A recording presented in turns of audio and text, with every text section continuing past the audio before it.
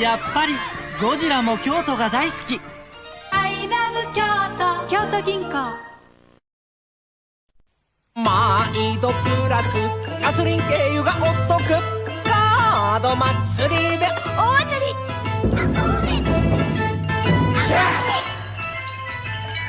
毎度プラス年会費も無料。カード祭りであ、大当たり。カード祭り大盛況。出光カード毎度プラス。もっときっと出光。今新たなる力を加えた怪獣軍団が地球に迫る。迎え撃てグレートウルトラの戦士と共に。ウルトラ怪獣ウルトラヒーローシリーズバンダイから。 Welcome to CAM News, bringing you the latest and non-stop news of the Kaiju Collectible tsunami since last we met. Ikimashou!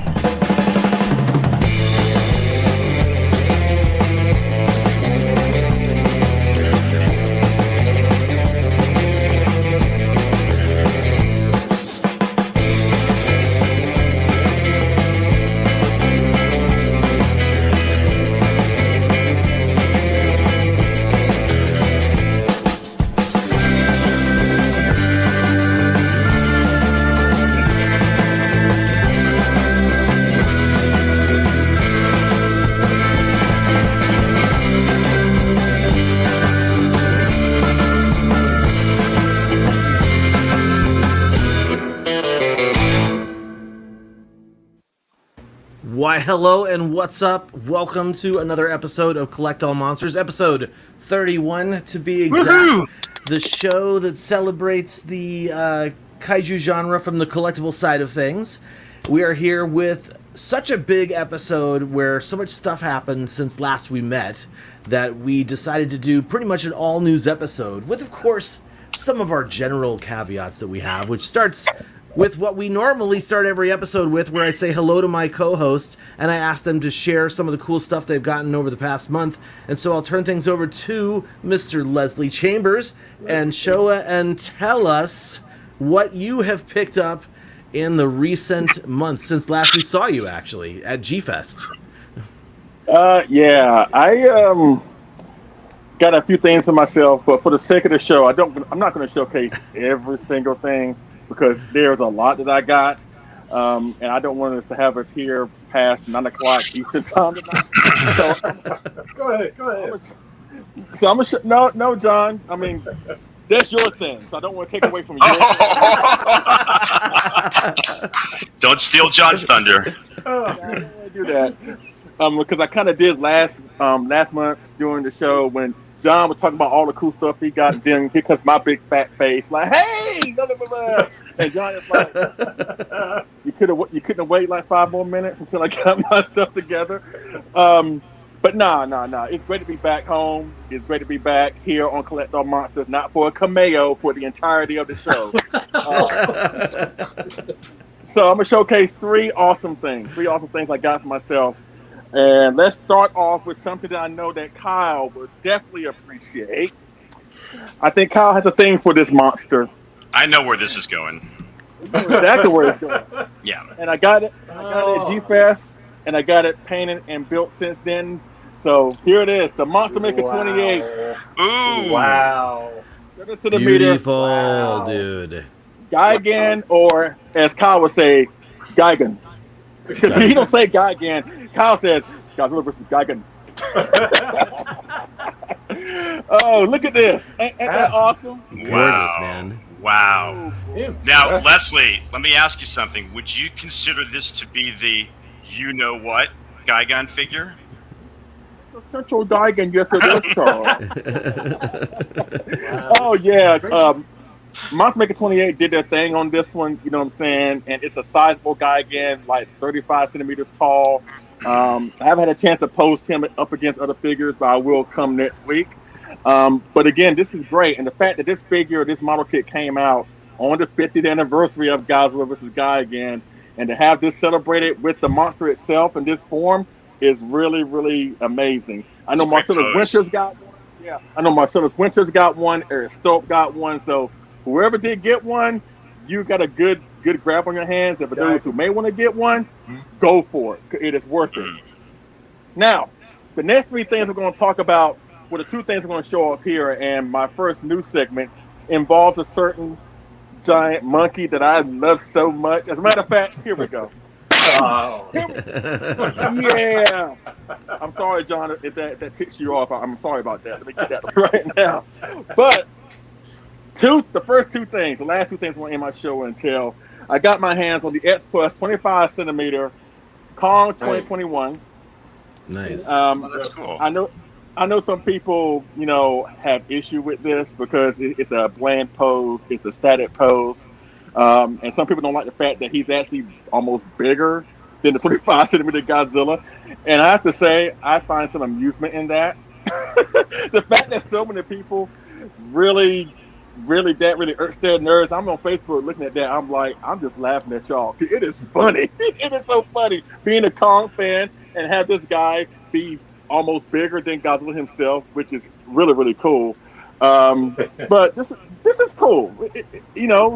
Could have been more dynamic, absolutely.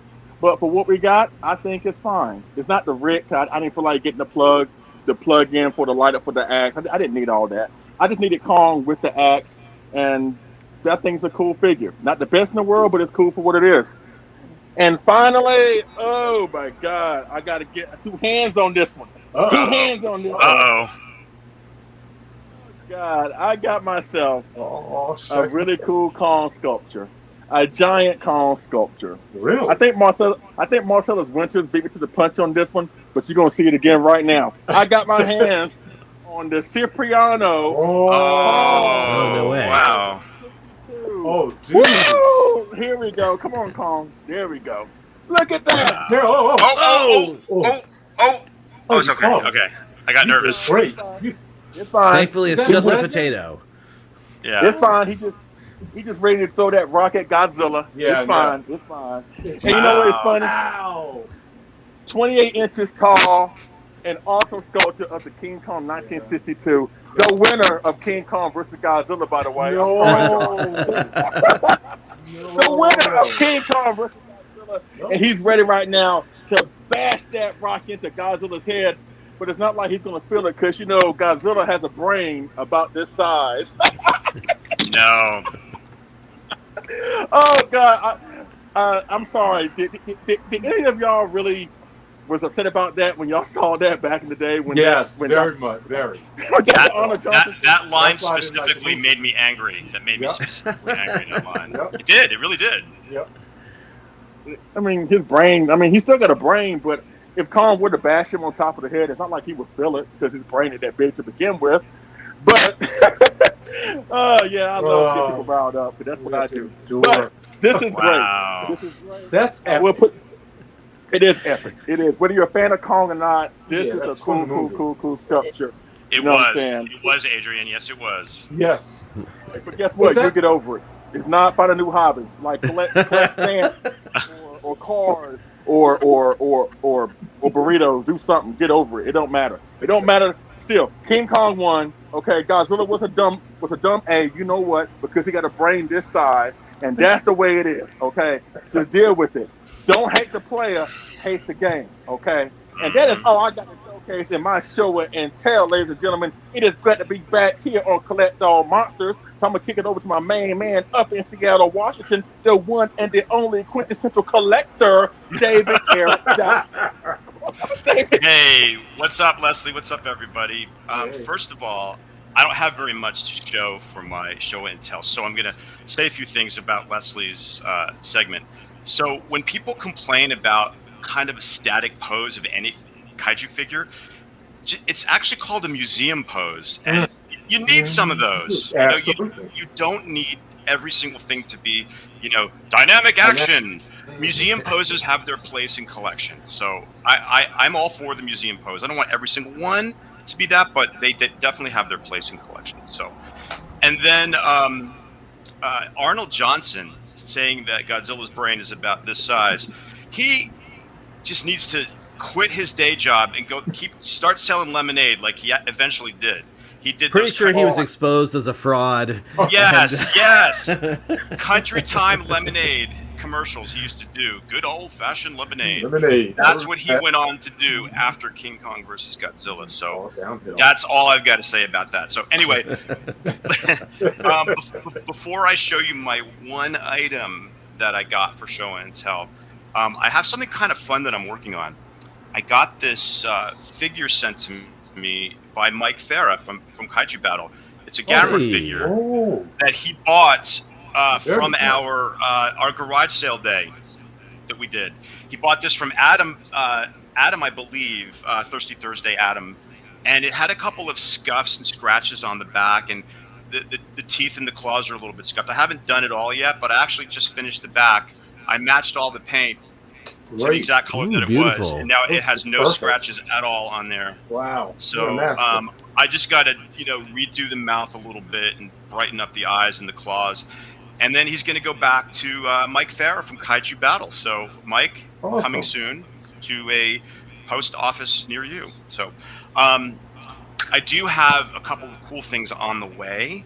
I was hoping the one would be here today, but it's not. I did actually end up selling my Saru Jurushi 1962 standard paint job, and I traded up for that beautiful blue bullmark sort of retro colored one that was shown at Wonderfest, Summer Wonderfest. So that should be here probably Monday or Tuesday, but I'll do a special box day for that. So that is coming. Awesome. But let me just get to what I have, the one thing that I have, and I got to give credit to where credit's due. First, I got to thank Nick Sides, because this was like the morning of G-Fest, and he was showing me videos around there, and I saw something in the background, and I said, hey, at Kaiju Modeler, that doesn't happen to be this particular figure, does it? He's like, yeah, it is. I said, buy it for me, please. So he did. He bought it for me. I sent him the money right away. And then our awesome co-host Leslie Chambers, who was staying in Chicago for a little bit longer, so it wasn't hopefully not too much of an inconvenience. He was able to ship it from a place in Chicago to me here in Seattle. So without further ado, it's one of my Grail items that I've wanted for quite some time, ever since I missed it. It's the Tease Facto. Oh, yay! Sort of like imagined maquette version that sort of looks more like storyboard-esque to me from the side. So I had to. It's really heavy, so I'm going to put it down. I had to wait a little bit because I had a few commissions that I had to finish first, and then I also needed some more supplies. I needed some more Gorilla Glue gel formula model glue. That's the one I like the best, that I find works best for resin. And for some reason, I'm not seeing it in the stores anymore, so I had to order it from Amazon, but they still have it. So that guy's going to be worked on pretty soon. But thank you, Leslie. A million thanks to you, and to Nick Sides, of course, and to Matt from Kaiju Modeler for actually bringing it to G-Fest. So it's just a great. I mean, I don't care that I only have one item to show. This is a Grail item for me, and I'm really, really happy to have it. So that's pretty much all I got. So John Ruffin, I'm going to just fluff up my pillow and chair and, Yeah. ready to... Stop. What you got, buddy?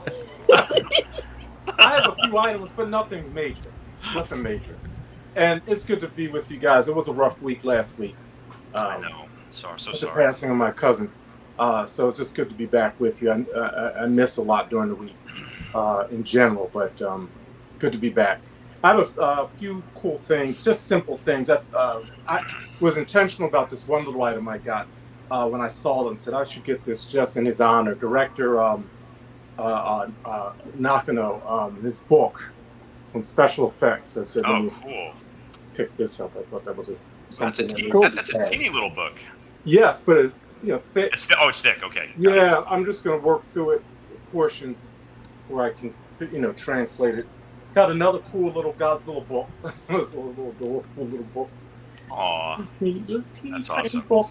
It's like I love it. pop outs. And, had to have that. $6. You can't walk away. Can't beat that. Now these are things that I think, everybody by now has, but I like to show them just so get them on the show. The Super 7 figures, got this the Oh.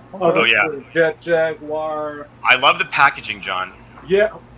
Packaging is great. Yeah. Oh, wait a minute. No, it's not. Maybe most of them are great. Most of them are great. Oh shoot, I forgot. Yeah, this trip. Got the 57, which is, I think that's such, everyone has to have a 57. Yeah. The Mecha Godzilla, the Glowy. The Glowy is the one I need to get, I think.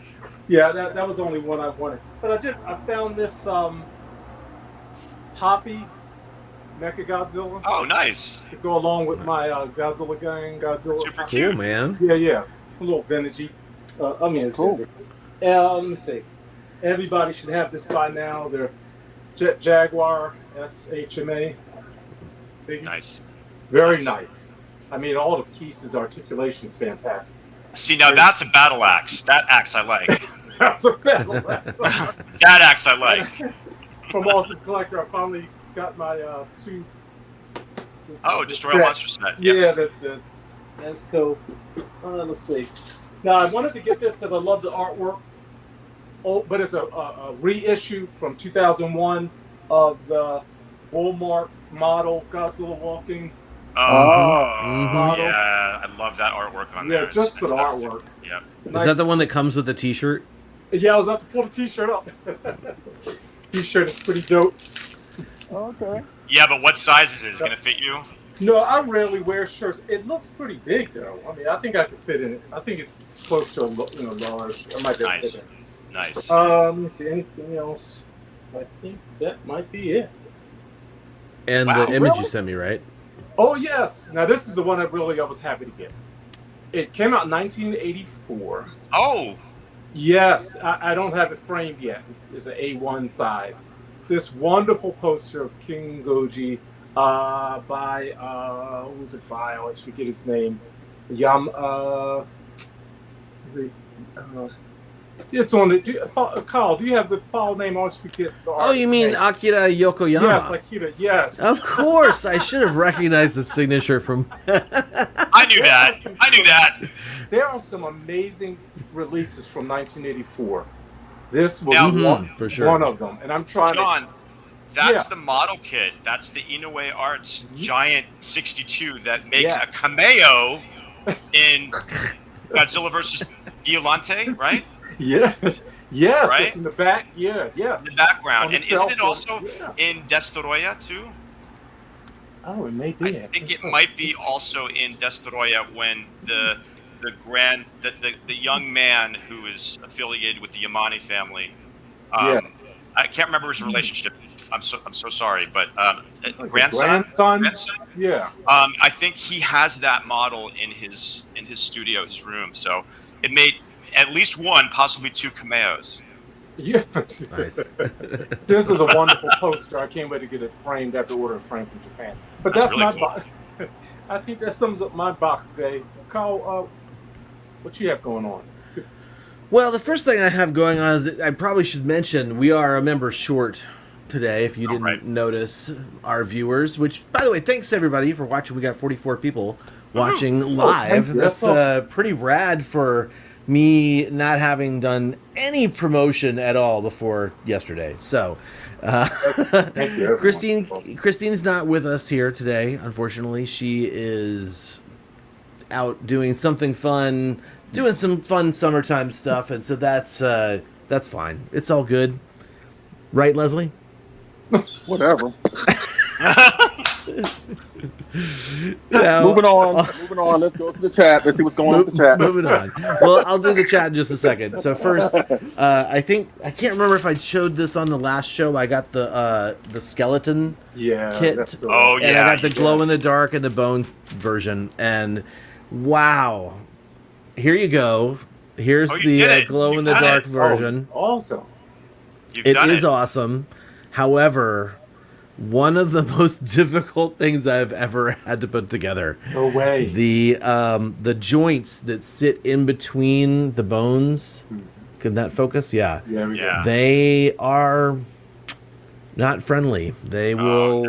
They'll turn on you. They'll pop out after you get 3 of them into a specific place. You'll be like, okay, now this one, and someone over here will come out. So eventually, I just said, I'm just going to use my model kit skills, and I super glued the parts together. And that is how I defeated the Godzilla skeleton. I wanted that until Kyle's assessment of his building experience. I'm like, you know what? I do not have the patience for that. But it's model glue. It's the way to go, in my opinion. And also, needle nose pliers helped. And what else was it? I think jewelers. Jewelers pliers have, instead of like needle nose that go like this, they have a bend in them. Yep. Mm-hmm. They would be probably quite nice if they held the peg with the amount of freaking force you need to put it into the plastic. Anyway, Eric Stolps knows what I'm talking about. I'm going to show off the other 2 things I got for box days, which are actually books days. Yay! I noticed that these 2 books had sort of escaped my periphery knowledge until just recently. So J.L. Carroza, I don't know if I'm saying that right, wrote both of these 2 books. This one's more like an encyclopedia. So just lots and lots of film references. I have not actually plowed through these yet. These things take time. And this one is called The Godfathers of Japanese Special Effects. So I'm looking forward very much to reading this one. And this one is like an actual book as opposed to just an encyclopedia. Is that Not in English, that there's Kyle? anything wrong. Yeah, they're both in English. Oh, excellent. Yeah. Most excellent. So there you go. That's my box day for this month. Big, not a lot of stuff came in. That's okay. That's all good. It's okay. It's going to happen to all of us. We all got cool stuff. Maybe not John and Leslie, but it'll happen to you and I, and Miss someday. Miss Cameo too. Jesus, it's a long time episode. All right, so we are going to go ahead and move along with our next segment, and we're doing this show a little bit different today because it's a different kind of show. We got different kind of content, and so now what we're going to do is we're going to talk very briefly about a Japanese event that happens every year called Obon. It's a festival. This happens this time every year, and it's like August 13th is totally Obon. So I was like, hey, you guys want to talk about Obon? Because if you weren't aware, allow me to just read off the screen. Sorry. It is the annual Japanese holiday in which commemorates and remembers deceased ancestors, and it is believed that their spirits return at this time to visit their relatives. And so it's a huge festival in all of Japan. Many times you'll see festivals that are like localized. You only see like Festival X in this location at this time, but this is something that happens all throughout Japan. Awesome. Tons of different celebrations, and they turned it into a celebration, right? It's not. It sounds very somber. You're thinking about your dead ancestors, but this image here showing the festival where people are dancing around. Also, the classic water, the lanterns on the water, like if you've seen Kubo in the Two Strings, that's very Obon adjacent. So that's just a really cool thing that happens this year, and I thought that it would be nice for us to reflect on that since today is Obon. I am wearing a jinbei. Someone asked if I was wearing a yukata earlier, but this is a Japanese festival wear kind of thing. It's also got Godzilla on it. Even better.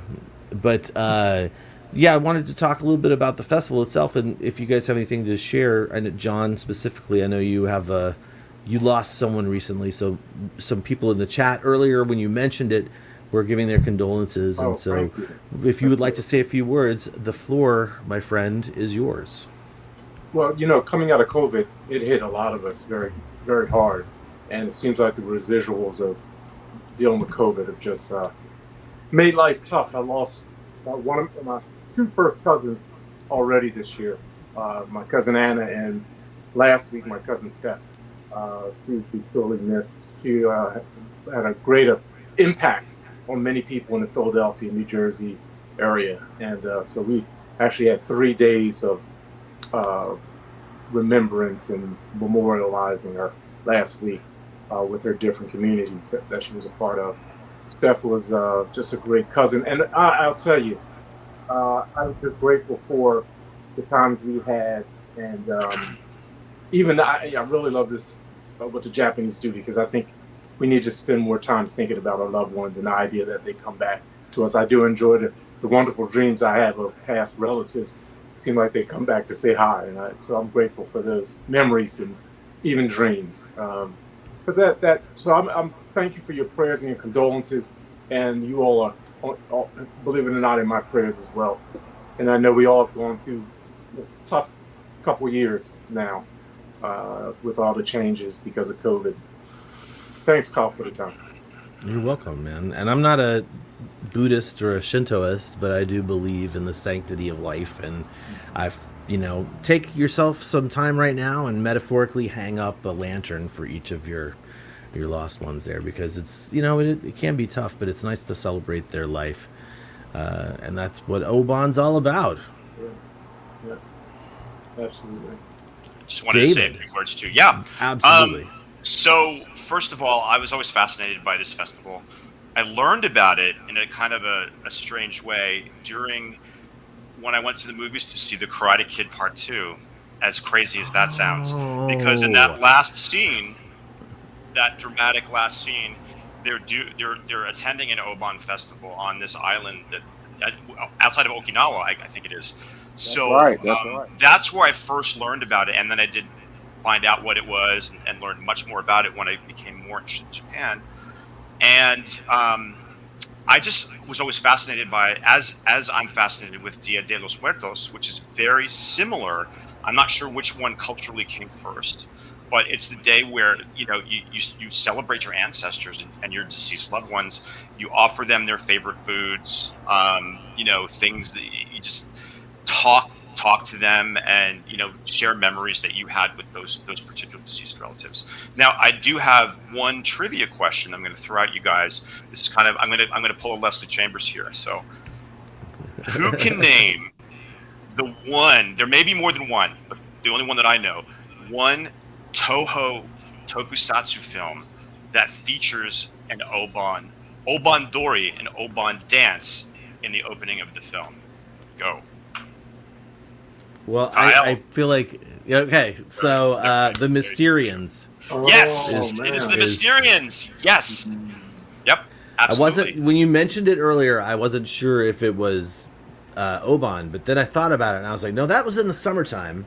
It was in the summertime. And that's when the fires went on the mountain for that. So I was like, that's got to be Obon. So there you go. And that's why I love these films so much, because they inject Japanese culture into our favorite science fiction and fantasy films. And if you're like us, we get interested more than just the esoteric, and we study it and we learn about it. And then when you go to Japan, hopefully whoever wants to go will do it in the near future.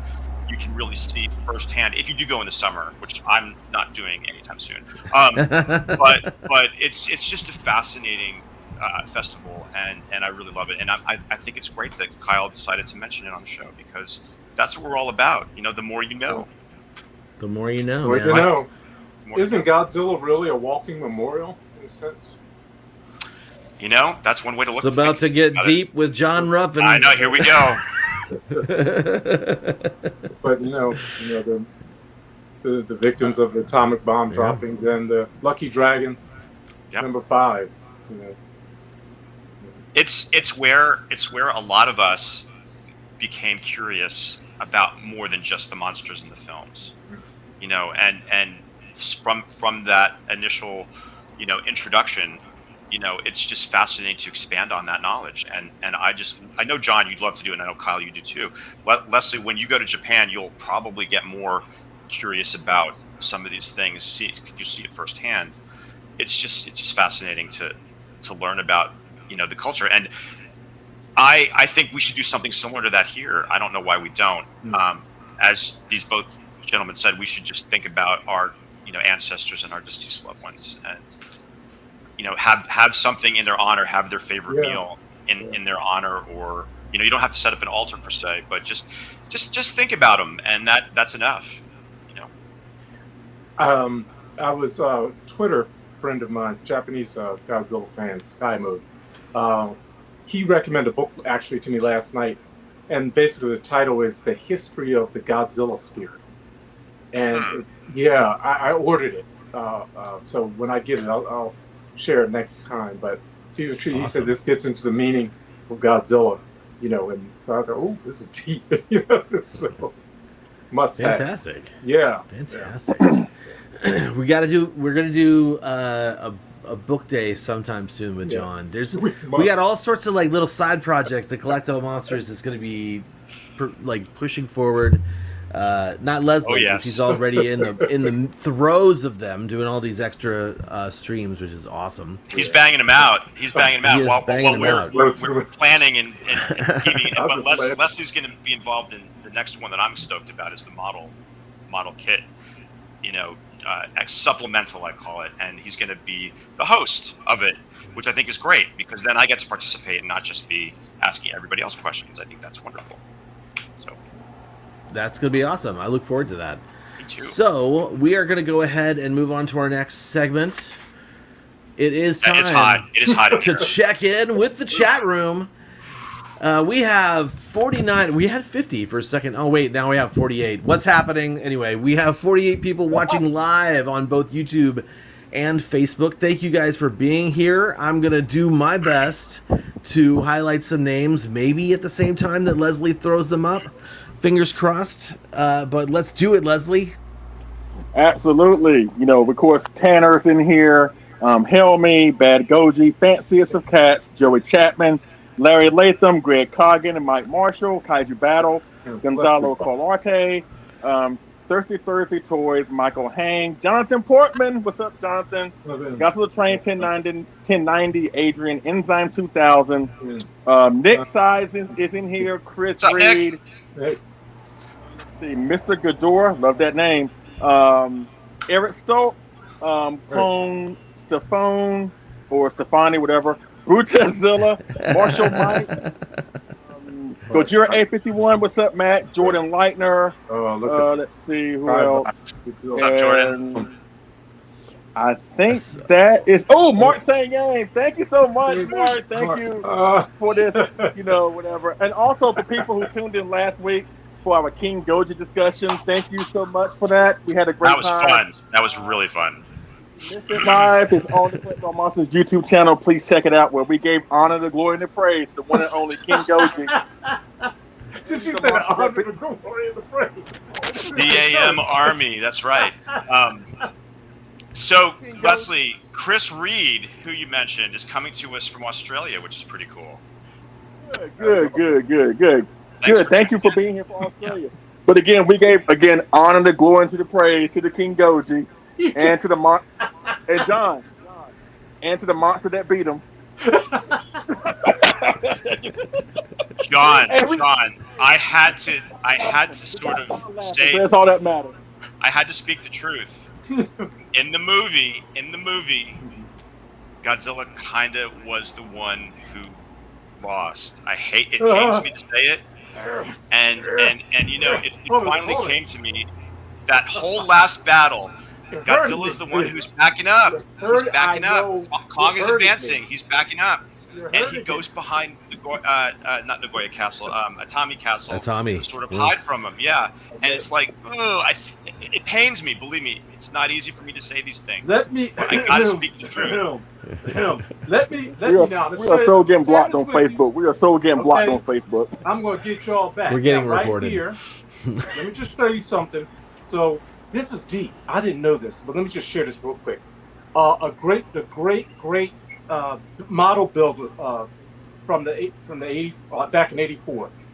His name is it? I want to mess up his name.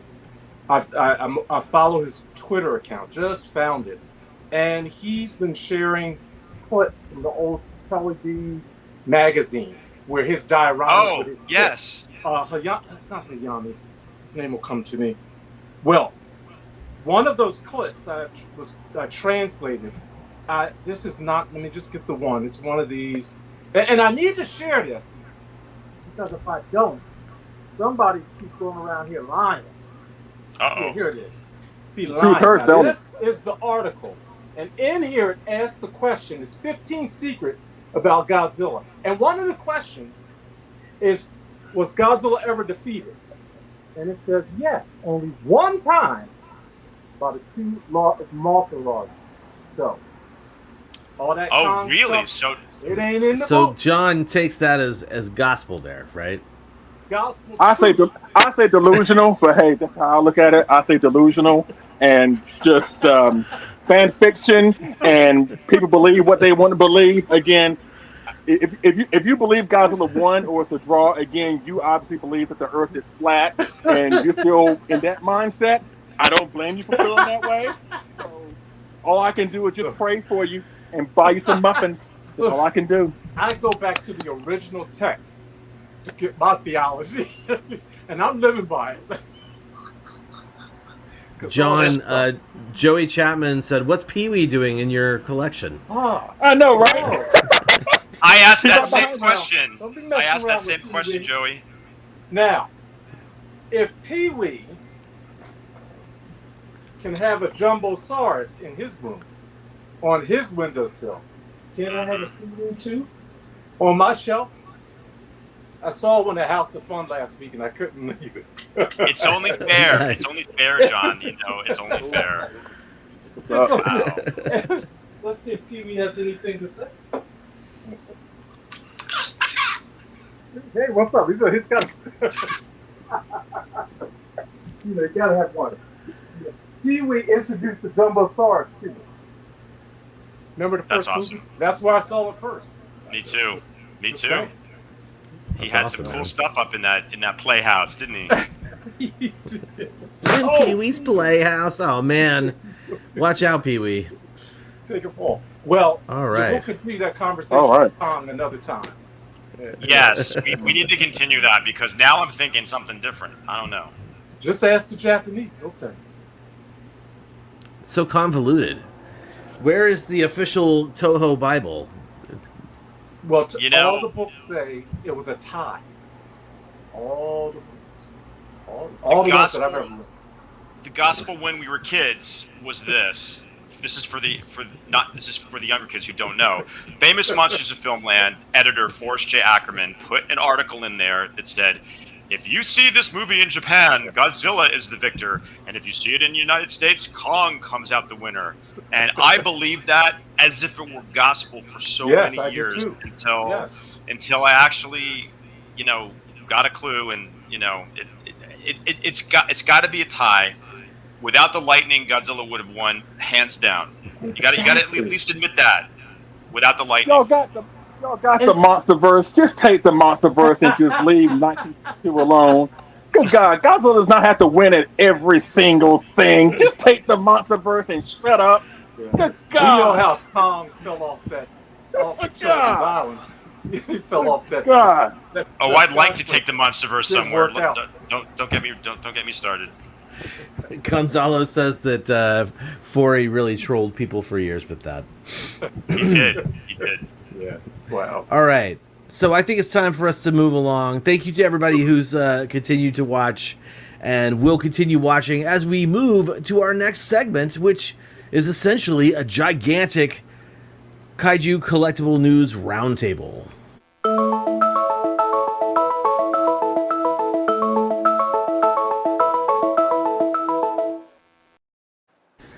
Okay, so what we're doing here, because like I said, it's a little different. We have each picked our top 5 news items for Kaiju Collectibles that have happened since we last met. Why is that? Because when we last met, G-Fest was happening. Following G-Fest was immediately San Diego Comic-Con, where there were Kaiju-related things happening, Godzilla-related things happening. And of course, that same weekend, we got barraged with Wonder Festival announcements. And then just even last week, there was a Godzilla store stream, and there's a DNA of Tokusatsu exhibit happening that was immediately followed by another DNA of Tokusatsu happening. So basically, we have been barraged. It's an all-out war out there, and we're here to suss out our favorite items, and we're just going to do this roundtable style. So, I mean, basically, we'll keep it a little loose. The whole time we're going to be asking this, feel free to comment on what we're talking about. If you have any questions, we'll try our best to answer them. Throw some comments up on screen, and yeah, let's just get going. Leslie Chambers, you are in the hot seat, so let's hear what you are sharing for your first news item. Absolutely. Wonderfest. Oh my God, Wonderfest did not disappoint, especially for me. And that's bad news for my wallet, because there are at least 3 or 4 things I'm already know I'm getting coming out of that show. And the number one thing, I think you know. Oh my God. He's the next gigantic series figure, and it's not Godzilla. It is Kong. It is the MonsterVerse 2021 version of King Kong, and he looks so amazing. Don't want to take up too much time, but again, this thing is awesome. It looks amazing. And this is a prototype. We don't know what it's going to look like painted up. I would assume it's probably going to come out next year. What's interesting in the photographs, if you notice that this version of Kong does not have the axe. So I'm thinking that the standard will come with Kong by himself, and the Rick probably come with the axe. And I think that's the way it should be. I know a lot of people don't really care for the axe, which is baffling to me, because y'all don't say nothing that he can fart electricity bolts, but the axe bothers you for some reason. I'm sorry, I would never understand that. Like, y'all don't say nothing when Godzilla flies or when he converts himself into a giant alien magnet, but the minute a giant ape wields a giant axe, that's when you're like, that's it, I draw the line. No, I can't do it no more. We gotta check. But anyways, this is great, because again, it is the second kaiju besides Mechagodzilla to make an appearance in the gigantic series besides Godzilla himself, and I am so looking forward to it. Even though I know in the pictures, people thought that they were going to bring out another version of the gigantic legendary Godzilla, and quite frankly, I've been saying this for the longest time. If they were to make a gigantic series figure from the MonsterVerse, it should not be Godzilla, because we already got 3 of them. We got the Standard, we got the Blue Rick, and we got the Burning. So if there was a monster that needed to be made in the gigantic series coming from the MonsterVerse, it needed to be Kong. And now we can have that matchup of matching up Kong with the gigantic series Godzilla 2019, because there's really not much of a big difference between 2019 and 2021. So once that thing drops, we finally get to have these two together to recreate that awesome matchup between Godzilla versus Kong. And that is it in my first round of my new segment. So, David, what do you have to talk about in your first round?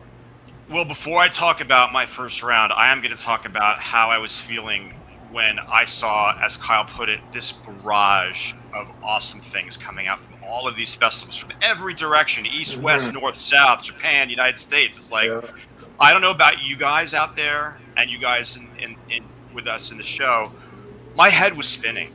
I mean, there was like probably a good 15 to 20 things that I really was interested in. And these days, I'm being very selective of what I get.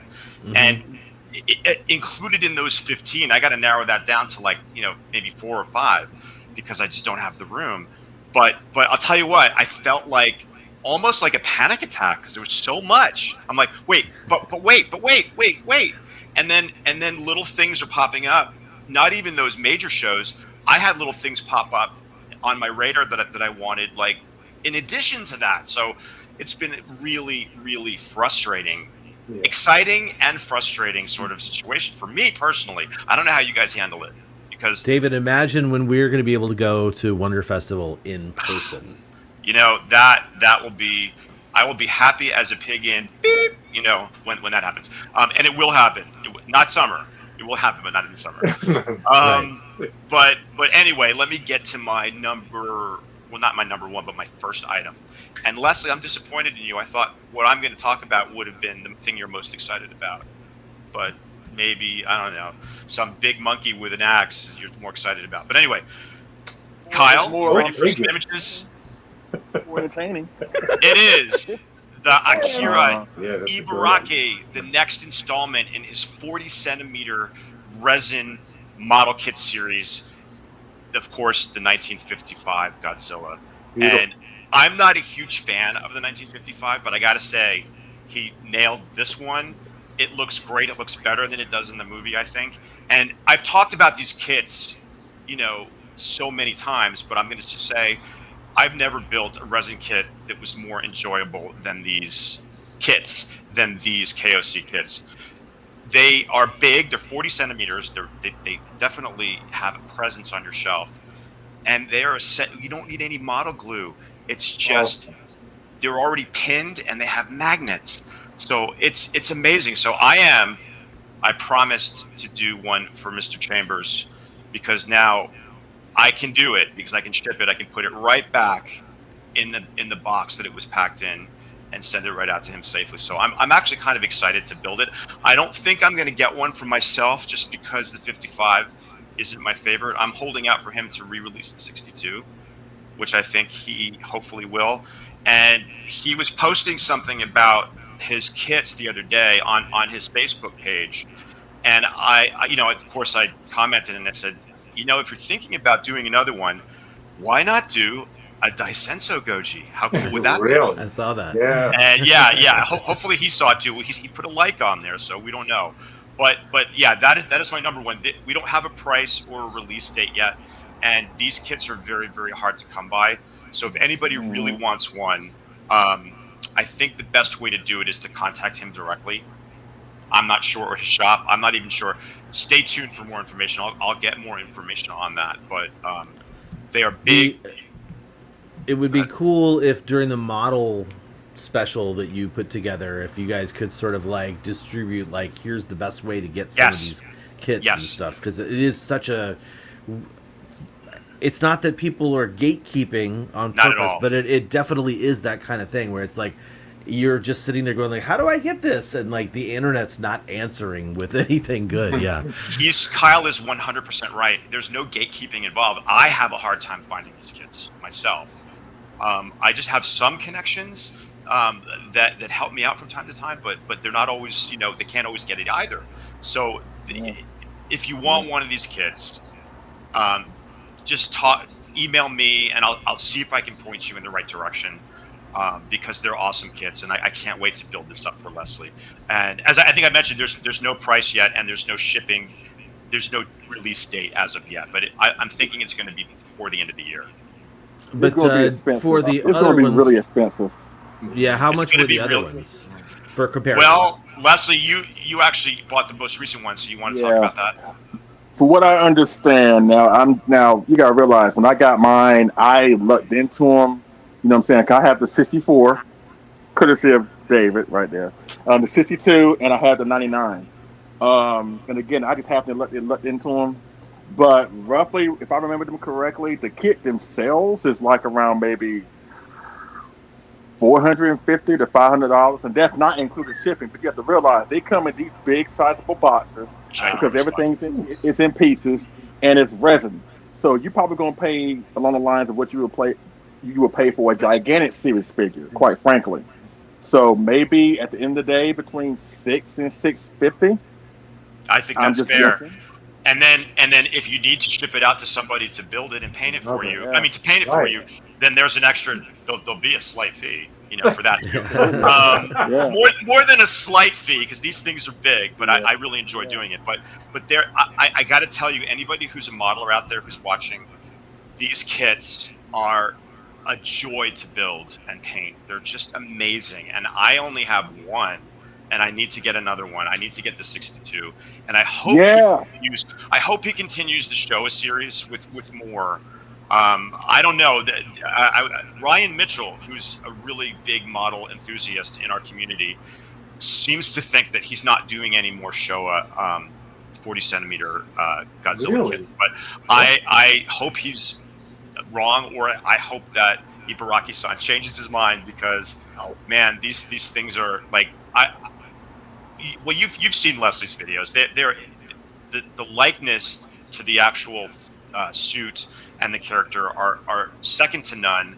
And like I said, if you don't have to build, you don't have to pin it, you don't have to drill, pin, sand, or glue. Amazing. It's all nothing. You can do it, and anybody who's not even a model builder can do it. So it's pretty easy. Barzilla is asking if you recommend them to beginners. I mean, as far as assembly goes, absolutely. They might be a little challenging to paint because the detail is so intense that the grooves in the skin go so deep. It takes a couple of coats of paint to get it in there.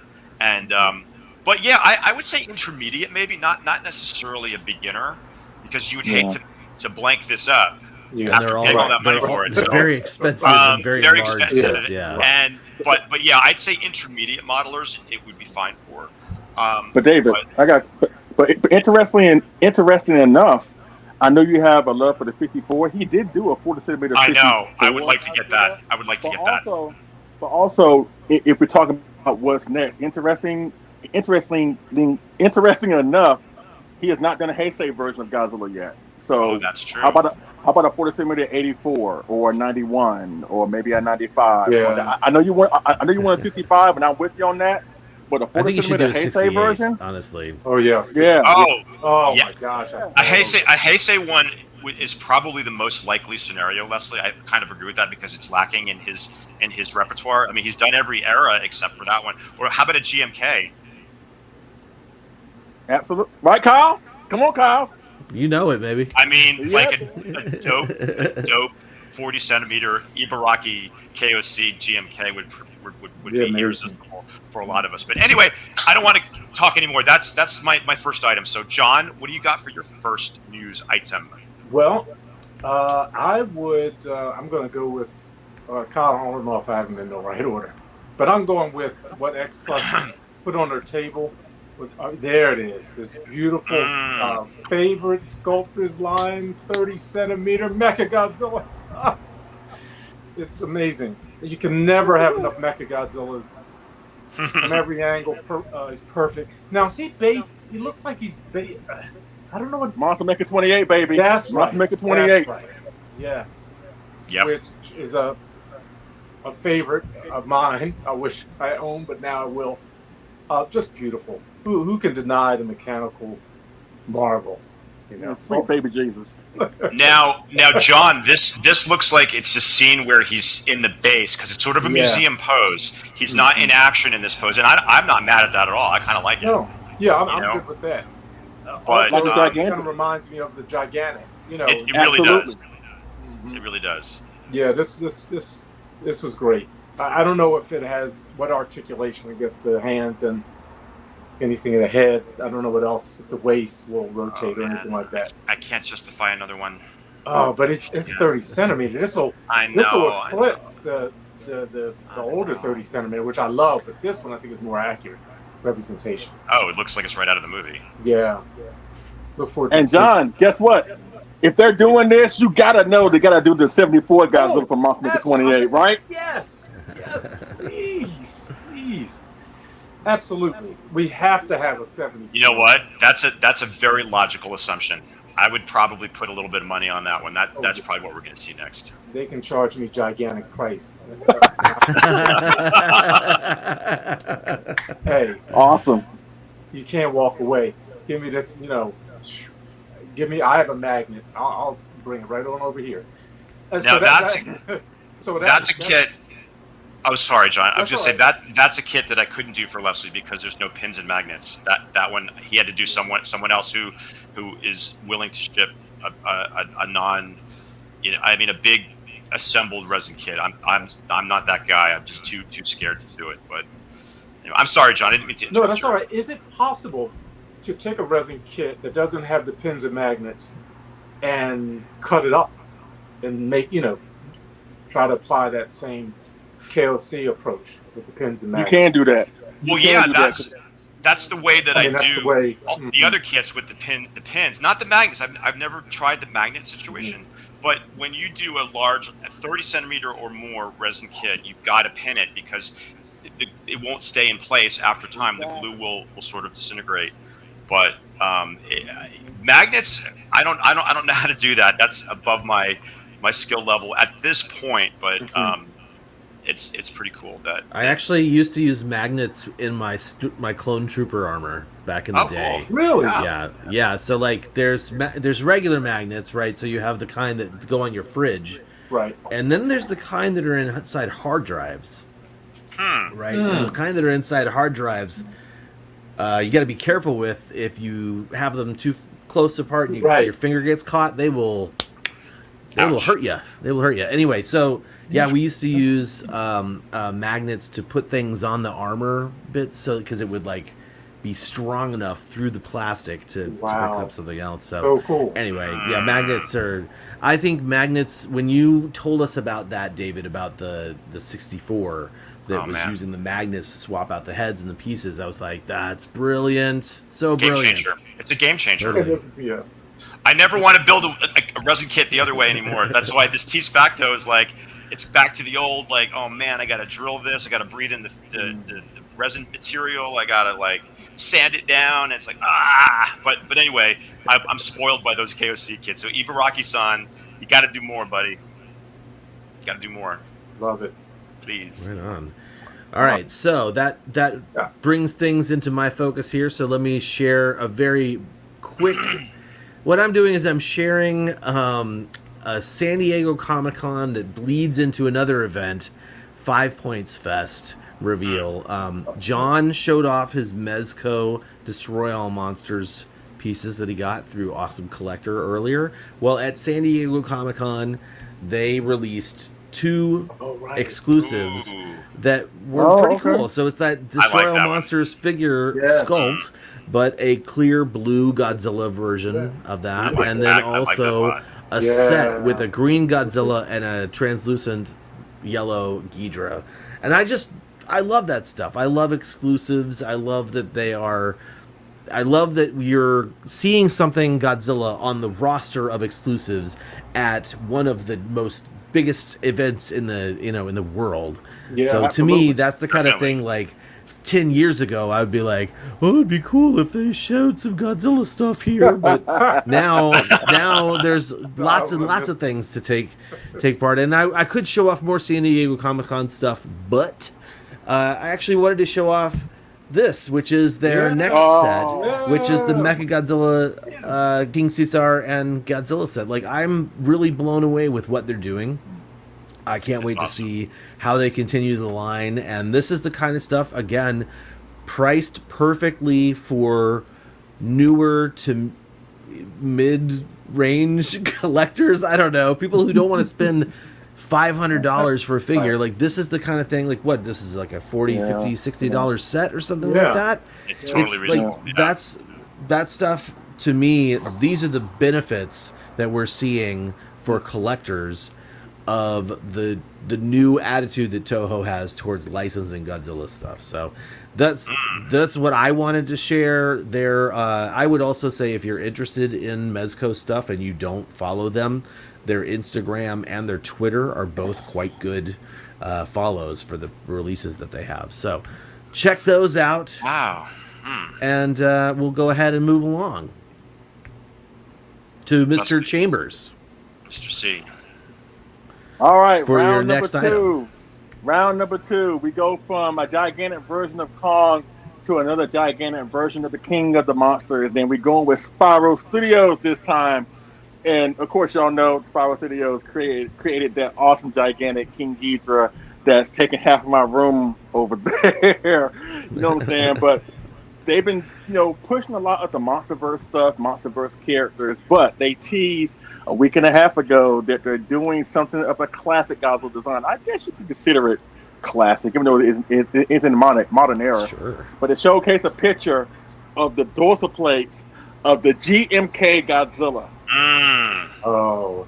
Look at that. Wow. Mhm. They look beautiful. Oh. Yeah, Now, look we don't good. know what the figure looks like from head to toe, but this is like a small little tease. And let me tell you right now, they already got my money and they don't even know it yet. You know what I'm saying? And from what I understand, this thing will be 50 centimeters tall.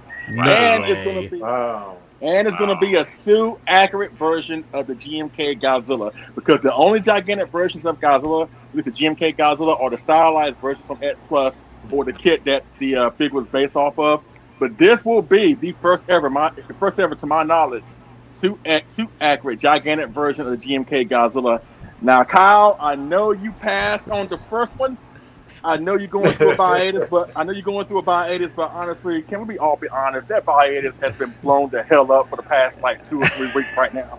Come on, can we be honest right now? Okay, I know you're trying to save to go to Japan. I know you're trying to, but if this thing is reasonable, because I think this thing is vinyl, it's not going to be resin, so it's not going to be expensive. But if this thing is super reasonable, tell me I'm not going to be the only one on this show to get that guy. Kyle, please. Tell me. You might not be the only one, man. You might not. You know what I'm actually really interested in is seeing how they do this. If it's literally just going to be the Godzilla, or if they're going to trick it out where you see Godzilla against Baragon, Wow. like on the other side, and create like a diorama. I don't know if this is the kind of thing that would warrant that sort of investment on their part, but like when I look at the stuff that Spiral Studios does, I'm like, that Godzilla's great, but I want to see everything that they're doing for it, like, because they've got all those different levels, right? They've got the basic version, and then they've got like your ultimate GMK statue, and if it's going to be 50 centimeters, dude, That's crazy. what else? Like, you could include so many other cool little features from that movie.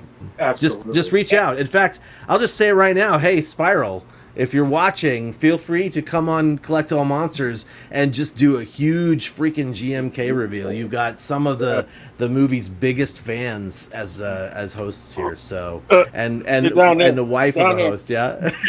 Yep. Right.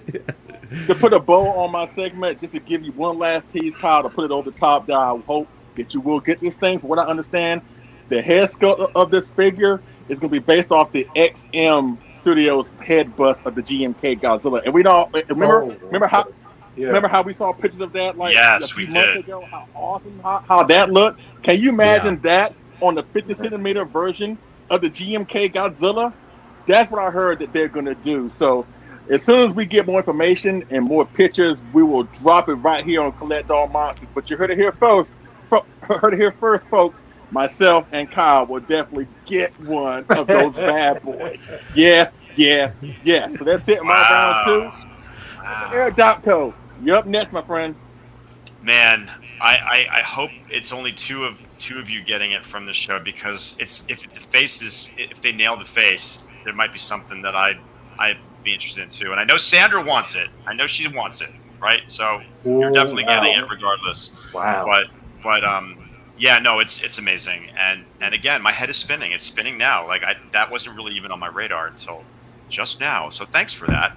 Actually, super fast. Gonzalo is saying that Tanaka Kenichi is the sculptor of that. Awesome. I've been following Tanaka on Twitter for a while, and yeah, that dude does amazing work. He was like he does standard analog sculptor who then just like jumped head first into the digital realm, and wow, I can't wait to see it. I'm gonna follow him. Sorry for the delay, David. No, totally fine. I'm just as interested as they are in the audience, I hope. But no, that's great stuff. So Sorry, my number two is kind of cool, and this is shout out to Greg Benton, because I know he either has it on pre-order or he's going to try to get one. Of course, I'm talking about the Knott's Matango Phase 4 color version soft vinyl figure. Beautiful. Now, it's going to be a light gray vinyl figure itself with purple, pink, and yellow sprays, as you can see here. They're really knocking it out of the park with these variants of this particular figure. It's going to be 26.6 centimeters tall, and that's pretty big. I'll show you my other color variant in a second, and you can see how massive it is. It's going to retail for 15,400 yen, and sadly, I hate to report that it is sold out. The pre-order is sold out, but I'm hoping, which is always the case, some will show up on Mandarake, probably be a little bit more, and some will show up for sale on Yahoo Japan, etc., etc. So there is no specific release date for this, but sadly the pre-order is sold out, and I think actually now I'm remembering, I think Greg actually did miss the pre-order for this one, but I have a feeling there will be enough to go around, hopefully for everybody who wants one. So let me show you mine. I have the first color variant, so you can kind of see the scale of him. This is the first color variant. He's huge. Beautiful. I love the and as much as I love all these new variants, I can't justify buying another one. I'm just stoked to have one at least. I can see maybe buying one if one is they release a glowy one. Maybe I'll get that and I'll choose which one I like better, and then just pass along the second one. But at this point in my collecting journey, I can't justify buying more than one variant. I just can't do it. It's just not, it's one of my non-negotiables these days. So anyway, this is the old one, big, beautiful Matango creature. And so that's what I got for my number 2. Easy peasy. John, how about you? What do you got for your second news item? Well, for my second is something I think it was easy to anticipate with the release of the Heisei Mothra. Now we're getting the X Plus Godzilla 1992, and it looks amazing. And they paired it together with the Mothra. It looks great. Can't wait to have this. Not a very well represented or year for Godzilla. So this looks good. Better than what we have, for sure, I think. So this looks good. I mean, I think the sculpt looks great. It's pretty damn accurate. Do you know if this is from a model kit design, John, or is it original sculpt? I don't know. I don't recognize it myself, so I was trying. I need to. Let me see. I can't make out the Japanese at the bottom. I think it's. Yeah. Can the magical zoom help out? Yeah, I was just doing a zoom on my screen. It just says release time, but the bottom line, I don't know if that's a name or not, but I don't think it is. You know what? I'll ask G Akamoto when I talk to him next, and then I'll post it in our group. Post the answer in our group. That would be great. If it's from a model kit, they really scored on They really nailed the neck design of that 92, which is the one standout feature that it's a 92 because it's got that really pronounced sort of thick neck. Thick neck and ridgy. But honestly, I didn't think they really need to do a Godzilla because, in my opinion, the 30 matches well with the 25 centimeter Mothra because Godzilla is somewhat bigger in the Heisei movie. And quite frankly, since the film is celebrating 30 years this year, I thought they would have come out with an adult Batra first before they came out with the Godzilla, right? I could understand. I can see that. That's a good point. Yeah, we do need an adult Batra. That'll be special. So I'm looking forward to it. I think it looks great. It'll be a great Heisei representation. Yeah. I can't wait to see it up. Yeah. Carl, what do you have next? Well, my friends, let's continue things, but instead of doing stateside events that I'm covering, let's flip over to our good friend Wonder Festival. Now, it's, as we mentioned, Wonder Festival happened just the same weekend of San Diego Comic-Con, and it's always crazy. Like we talked about Wonder Festival every time it happens, and basically Wonder Festival originally was basically like this show where people would get together and do their own like kit builds of their favorite stuff, and it was sort of organized by Kyoto, and it just sort of like took on its own life. And today, not only is it completely filled with kits, it's completely filled with other awesome stuff too, like Sofubi. And so I thought I would just take a Wonder Festival look at the Sofubi releases. These were all available at the show, which everybody kind of knows is sort of like a one-time thing. You go that day. It's the only day you can get a bunch of this stuff. So we'll just go kind of quickly through this because we'll start with our friends Yuji and Michi Nishimura of M1, who have wonderful offerings all the time. Oh, those trikes. Oh, man. Yeah, the trikes. They have really been increasing their trike production recently. Like you can see the 2000 or the 99 Godzilla, that Sevenger from Ultraman. They had this gigantic Tetsujin 28. That's pretty cool. Mm-hmm, he's awesome. Yeah. They've been selling stuff on their website as well, so they had some of that stuff at the show. Some T-shirts from Ultra Q that were paired with, so that's like a Baron Spider right here, and the Baron Spider T-shirt. Oh, neat. There's a whole bunch of these, so I'm just going to kind of go quickly through some of them. This is the box art for some of these new riders that are coming out. They're going to be doing this is like amazing. They're doing a 70s Godzilla. They're doing the controller from Planet X.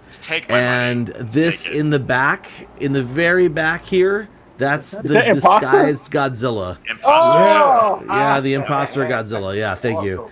Ichiban Boshi, completely different company, also jumping on board the bike trend, and they are creating these Frankie and Barry riders. Not as well sculpted in my opinion, but still pretty cool. Passion Tank, of course, with their Shin Godzilla, always coming out with some cool Shin Godzilla releases, but they dropped this 1964 sculpt, which looks phenomenal. Yes. I need that. Now, this is a company I'd never really heard of before, Shin Maru, and these are all sold out, but they made a 1962 Godzilla, a 1954 maquette Godzilla, and, John, a Shin Godzilla figure. How do we get these? From what I understand, these were 3D printed figures. I'm not exactly positive about that. Wow, really? Seriously? Then we had, I think these were released by Albatross, who usually comes out, or Chikyu Bogen, Earth Defense Force, as they are sometimes known. They released these Gomez figures, which look like little Sofubi, but they normally put out like resin and polystone sculptures and figures. Sun Guts. Oh my god, you guys. Sun Guts brought the kaiju this year. Look, there's the little Honengyo down in the right-hand corner here. I need to get one of those. Fantastic. They had the giant Gamera Trauma, the little Baragon. This is a gorgeous little 70s Godzilla, or the 60s Godzilla. And then this is their big 62. Beautiful. They have, it's like, I can't believe how large some of their figures are. Like, gigantic figures, scale Sofubi in a sense. Killer. They've got the Shin releases from the show. They even had all these Redman versions of the Ultra Kaiju, which hysterical. They look sort of jacked up, right? So like that Kanagon looks like he's had the crap beat out of him. I love Lots and lots of offerings from Sun Guts, just really cool stuff. Hazawa Gumi had a glow in the dark dancing 65, and not bad. Look at that 64 with the larva. Larvae. Yeah. That's Yeah. nice. Also, One Up, a company that just has sort John of likes like that one. started producing some Love Godzilla that. stuff. They put out a Mecha Godzilla figure, Awesome. Hedorah, That's beautiful. and a Godzilla 54 with the Nice. train and a jet. Yeah. And then these are their three releases of Shin Godzilla, which are again Shin Godzilla everywhere. Oh, This that's is a cute beautiful. little Hedorah figure. Oh, I think this is my last What the hell is that? Sofubi. No, it's not. This is a Hedorah on a chimney. He's Oh, on a cute. chimney. Okay, got it. I couldn't tell what it was it's from Goblin, I think. Wow. Anyway, next up, I think finally, this is Charactix. This is a company we talked about a little bit on the show, look at the but Hedorah. they put out all sorts of little cool things. Look at that giant-sized Hedorah in the back with the different it's awesome. hands. And then, of course, they've got their riders, the tanks in the back there with his own kaiju creations. Anyway, so yeah, Characterix, and so I'm sure I missed some if you're watching and I missed some of your favorite Sofubi announcements or releases at Wonder Festival, pop them into the chat. I'd love to see what I missed here. And with that said, let's go ahead and shoot things right back over to Mr. Chambers. I loved that segment. That was great. And thanks, man. If anybody's head isn't spinning after seeing all that stuff, then I don't know what's wrong with you, because mine's spinning again. And you know, I'm like, wait, I just refreshed my memory. I hit refresh on my keyboard, you know. Oh yeah, I did want that. Oh yeah, I did want that. Those little what do you call it? 3D printed ones. I love those. I want one. Oh, those are cool, right? I love those. I haven't seen anybody own one yet. Okay, sorry, Leslie, take it away. Oh, you're fine. I love seeing people excited. It makes me happy. See? Take it away.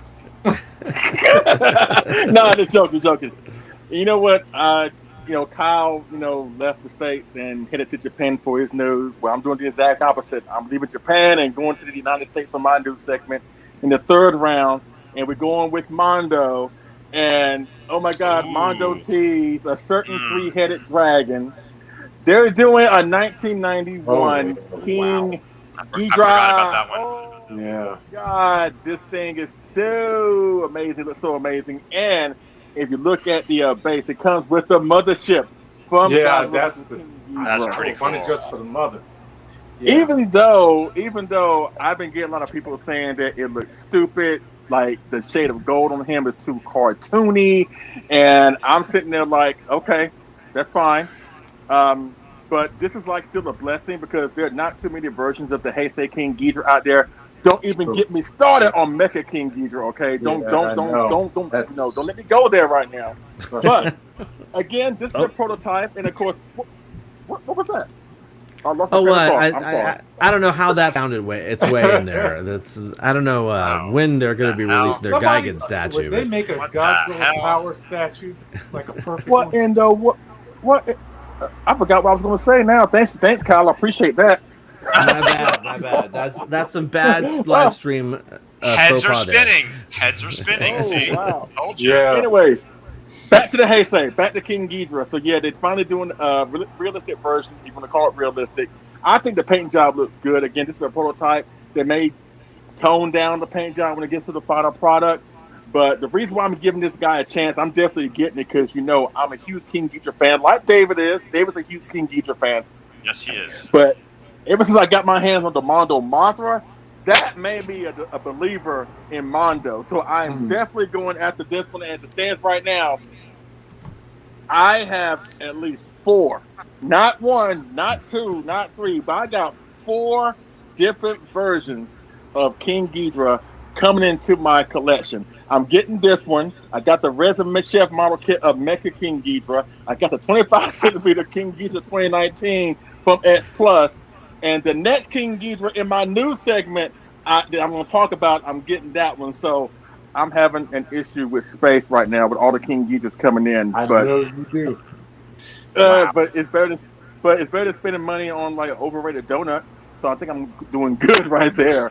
But this is great. Can't wait to see more of it. Can't wait when to see this drop.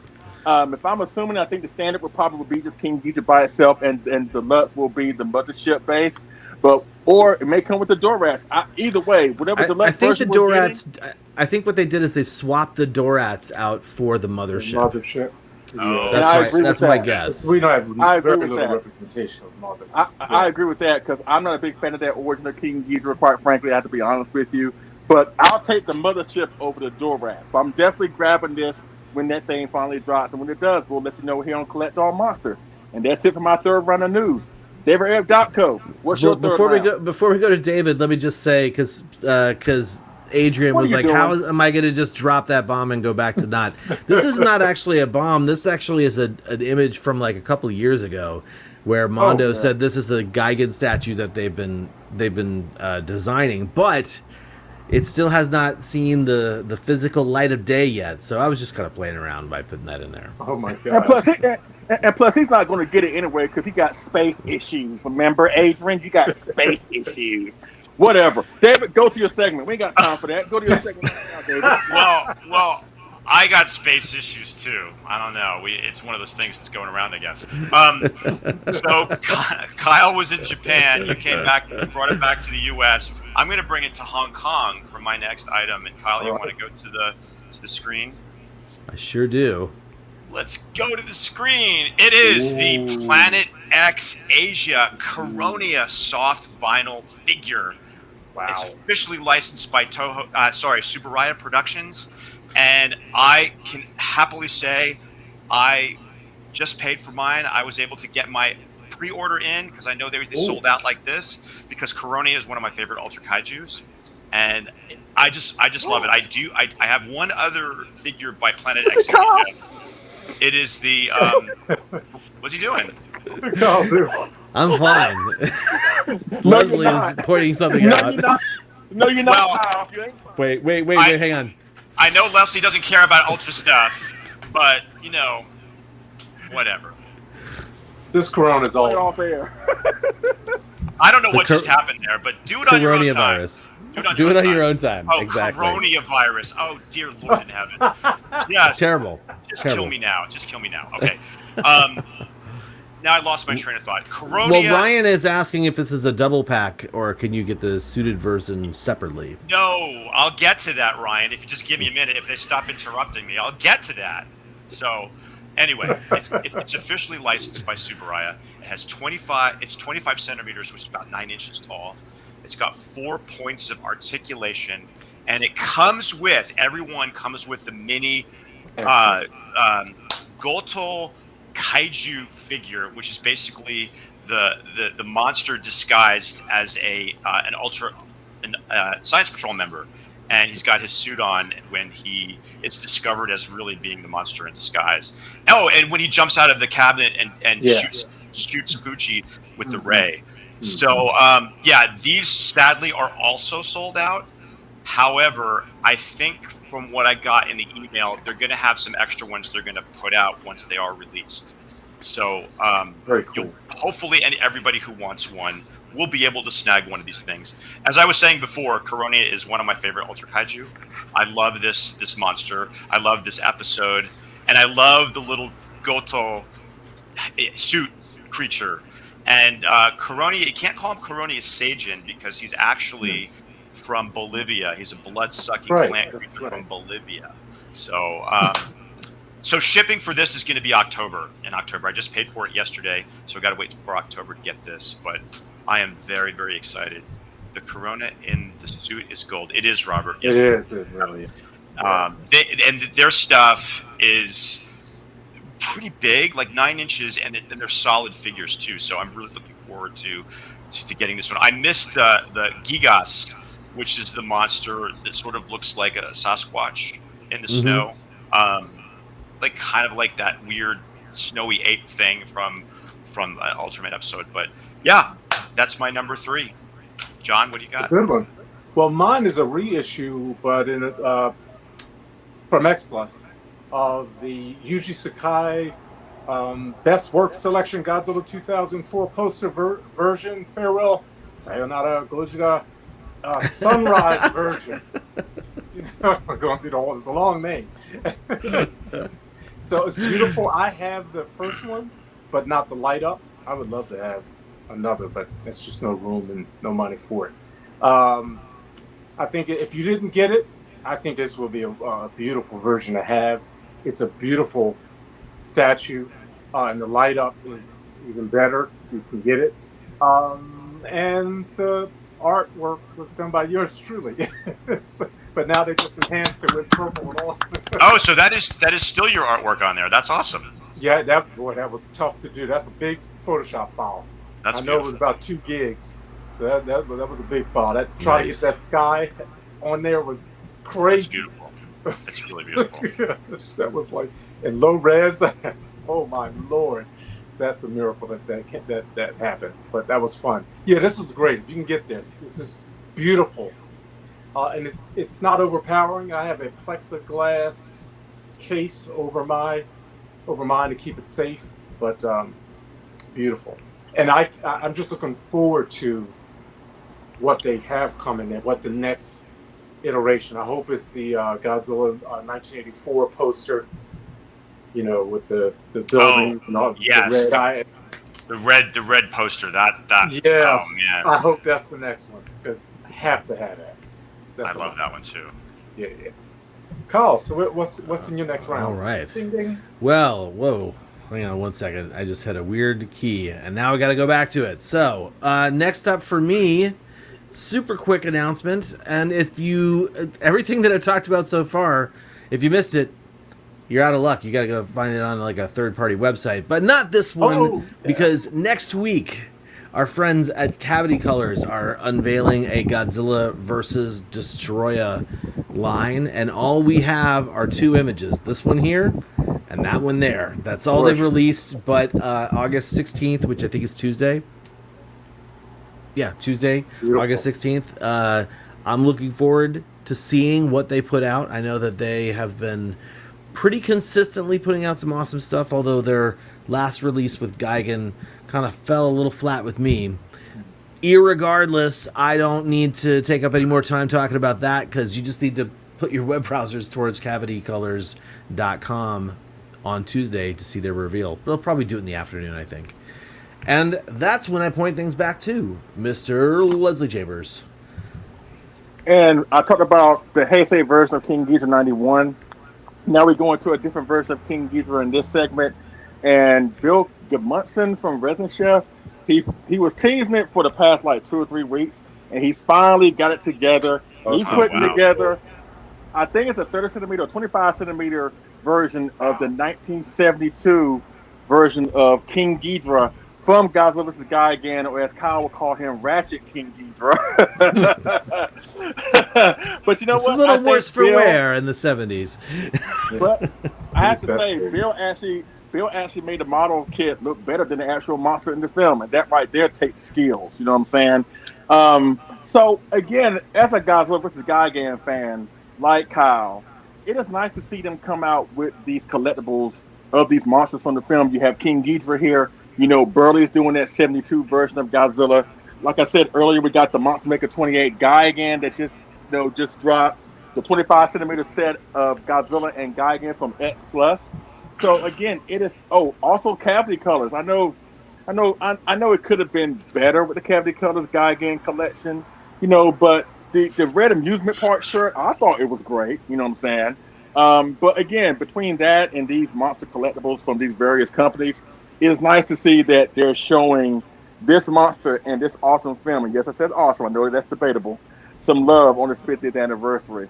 And we don't know when it's dropping because when Bill dropped the news that he was building this, he was like, I don't want to see another golden scale ever again. You know what I'm saying? It's understandable because I know David can feel me on this. Like, it takes a lot of time to perfect every single scale, every single thing involving his heads, his wings, especially King Ghidorah, because he's a delicate monster to begin with. So to make him basically accurate to the suit in the film, it takes time, it takes patience, and I think he pulled it off. And we don't know when it's dropping, but the fact that it is coming is a really, really great thing. And I just have a mental picture in my head of Anguirus doing this. Bruh. Somebody do Anguirus. Don't leave him out. You know what I'm saying? I know he looked ratchet in the film too. But somebody do a version of Anguirus, please. Do a version of Anguirus. Make him feel inclusive. Because he wasn't part of that film, believe it or not. But that's it in my 4th round. Anguirus. Thank you very much. But that'll do it in my 4th round of my news segment. David, you're up next on your 4th round of news segment. Well, I'll tell you what, that Ghidorah is very enticing, but there's no way I would ever build that for somebody. Imagine having to ship that finished piece. I don't even think that's possible. You have to ship it in pieces because there's no way that would survive unless somebody locally is able to build it for you. So, I know Steve has done that in the past. Steve has built King Ghidorahs, resin King Ghidorahs for people and shipped them successfully. But I sure as hell am not going to do that. So, anyhow, so my number 4 item is back to the U.S. It's the Star Ace X Plus release of Gwanji. Gwanji, of course, is the Allosaurus, the Harryhausen animated from the film The Valley of Gwanji. This was a previous release vinyl figure from X Plus, but now we get to do it in a model kit for a very reasonable price. He stands at 12 inches tall when he's completed, and he comes in 12 pieces, as you can see there. So it looks like it's a pretty simple build. It's going to retail for $94.99, under $100, which is really good to get a wonderful piece like this. It can be pre-ordered now from multiple collectible stores, such as like Sideshow Collectibles. I think Big Bad Toys is selling it too. But it's pretty easy to find. If you need help, just give me a PM and I'll help you get one. The release date for this guy is February 2023. And it's kind of nice to see something other than a Japanese monster now and again. And of course, all of us who love Japanese monsters pretty much also love dinosaurs. That was our gateway into the Japanese creatures. So I'm really looking forward. I did not get the figure, so I'm looking forward to getting this kit for under $100 and building them up and painting them. So that's it for me. John, what do you got for your number 4? Well, for my number 4 was a cool find. I stumbled upon it a couple of days ago while browsing through Amazon Japan for another item. And this is a new Battle of Mechagodzilla book. And it actually, I think, will be released real soon, on the 18th, I believe. And so it's a 20th anniversary book that's going to cover 74, 75, in 2003, and a visual book that you can enjoy Mechagodzilla through. So it's only $19, so I got my pre-order in already. Not bad. Not bad. So this is the same style book that I have, the Battle of King Ghidorah, that came out like 2 years ago, right? Yeah. It's in that series, right? I believe so, yes. So I got mine at Kinokuniya bookstore, so I think they'll probably show up there, probably for about $10 more. Yeah. But you don't have to ship it, it's instant gratification. So check your Kinokuniya bookstores for that one. I'm sure they'll have it too. Yeah. Agreed. Kyle, what's next up for you? So next up for me, actually, I'm sort of skirting my normal behaviors, and I'm basically, I have been on Instagram for a while, and like, there's a really thriving toy community on Instagram. A lot of people that I've never heard of before are starting to sculpt things for other people that make things, and it's just kind of very exciting.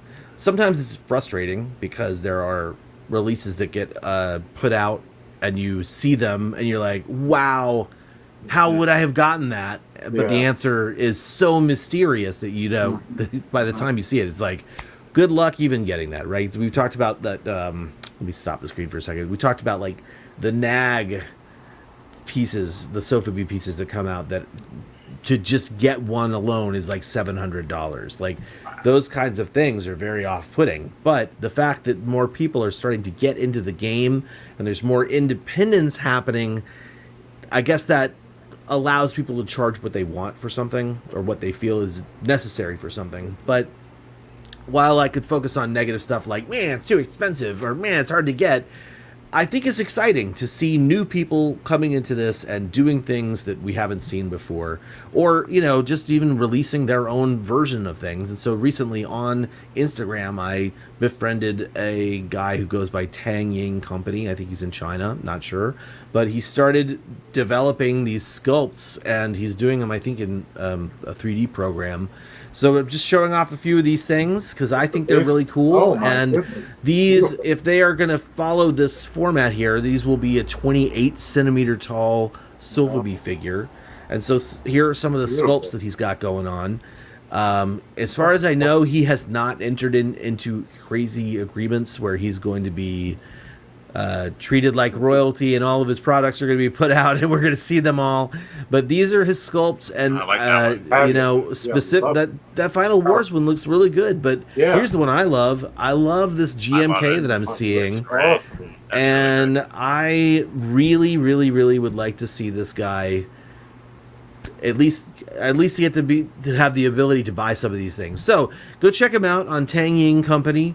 He doesn't have a ton of posts, but you can see the most recent one right here that's a GMK. So just go check it out. Go follow that guy, and I mean, if you strike up a convo with him, tell him Kyle or KaijuCast sent you.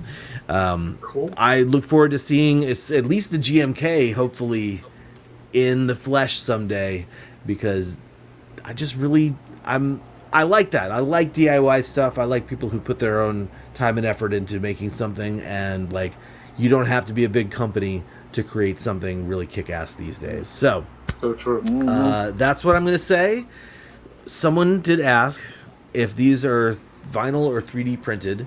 So I think what happens is they design them in 3D, in the 3D program. They 3D print the hard copy, right? And then they make a mold of that, make a casting, I think is the term, of that. And then they turn them into actual soft vinyl pieces once that's happened. But I still don't know. I'm still not sure. And I agree, Gonzalo, that GMK has a nice evil smirk. Anyway, that's actually it for my news items. And so now we basically just have David and Leslie with their final 2 items. So, Leslie, what do you got for us, man? Just something short, simple and sweet. They finally released pictures. It came up for pre-order. Excuse me. It was teased at the Super Festival a couple months ago. But they finally came up for pre-order, and we saw it all painted up in all its glory. But they're doing a different version of Legion from Gamma 2, the Attack of Legion, or Advent of Legion. Again, it just came up for pre-order. I think she is dropping in November, so please get your hands on this. The ripped version of this figure comes with the alternate head, where you can swap out the heads. It's not like the 25 centimeter Legion, where you can open up the mandibles and it came with the light up. But with this one, you're able just to swap the heads from the closed mandibles to the open one, which looks really, really good. I can't wait to get my hands on this Death for Real and to put her up against the Biollante Death for Real, the Orga Death for Real. It's going to be interesting to see which one of those 3 will be the better of the 3. But I'm so looking forward to it. And that's it in all my new segments. The Death for Real Legion, the Resident Chef King Ghidorah 72, the Model King Ghidorah 91, the Gigantic Kong from S+, and the Spiral Studios upcoming version of the GMK Godzilla. So we got some great stuff to look forward to. Make sure you got that money ready, because you're definitely going to need it. All right, David, what you got in your last final news segment? Yeah, get that money ready. I got to do that myself. So, all right, my last thing, number 5, is Billiken Soft Vinyl Blue Daimajin Model Kit. And I think Kyle's got an image there. If you want to put it up on the screen. Wow. Yes. So this is the exact same sculpt as the previous release. They released it in brown vinyl. This is done in blue vinyl. I think it's kind of cool. For those who missed it the first time, can grab one of these, because they're going to get painted anyway. So it doesn't really matter what color the vinyl is, in my opinion. But the fact that you have a second chance to get it, I think that's really, really cool. Yeah. He stands, when assembled, at 31.5 centimeters tall, which is pretty big.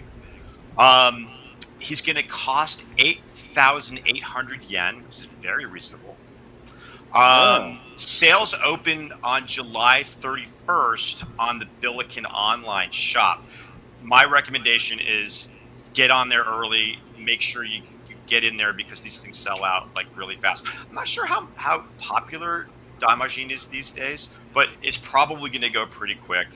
And the cool thing about this one is there's a limited edition. Now, I'm a little bit confused. I'm not sure if the whole blue version is a limited edition, or there's going to be some limited editions within the blue release where you're going to get this cool little extra piece. It's the carved rock statue of Daimajin before he transforms into the creature. So I think it's really cool. I'm probably going to try to grab it. I did miss the first one, but I would love to do a model version of Daimajin, because those movies are some of the best tokusatsu films ever made, in my opinion. Exciting, semi-historical, and they have great pounding scores by Akira Ifukube. So if you haven't checked out the Daimajin films, check them out. And if you want to build one, here's your second chance to build one. Awesome. That's all I got. Fantastic. Yeah. Hey, what's up, Peter? Attack Peter, aka Hey, Peter Santa Peter. Maria. How's it going? Good to have you here. He's asking if anyone else has seen the new Gango. And I'm not sure which Gango he's talking about. I don't know. I'm not sure. I think that means it's probably a yes. We've all seen it, Peter. We just don't know which one you're talking about. So, are you talking about like a acro style sculpt? I saw something like that on Twitter, but anyway, Kaiju remix style. I mean, I should say. Oh, We'll I go ahead. don't think I've seen that one. Yeah. Oh well. Let's see. Do I have it here? Do I have it here? How did I miss that? I love Gyango. Yeah. Let's see. Do I have it here? I have this. Save image. Yeah, that works. Now, Gyango is part of Super Raya's innovation. It was the Bemlar suit repurposed into Gyango. Good old Gyango. Good old Gyango. All The right, ruffian let's see. from outer space. Very interesting episode. Ah, okay. So if this is what I'm thinking of, that's Oh, this is what I have I not saw seen that. earlier. Oh my I goodness. did not see that. Yeah. So Kaiju remix style. Yeah. Oh, I don't yeah. know. I don't know if this is actually for the Kaiju remix series because I have been fooled online. I have seen things where it's just like the Kaiju remix series, where it's like a style. I think I even talked about it on the show a few years ago. Someone did a Killer Bolton where they actually used like an actual crab claw for his claws, and Wow. I was like, "This is going to be the coolest Kaiju remix ever," and nothing ever came of it. We never So, saw it, yeah. If this turns out to be Kaiju remix, that's awesome. Yeah. But I love it. But I just I would say, yeah, fingers crossed that's Gango. I love how they did Yes. an updated version of his sort of like totem pole belly, I guess I Yeah. would say. Yeah. Yeah, the paint job's interesting. going to really make it.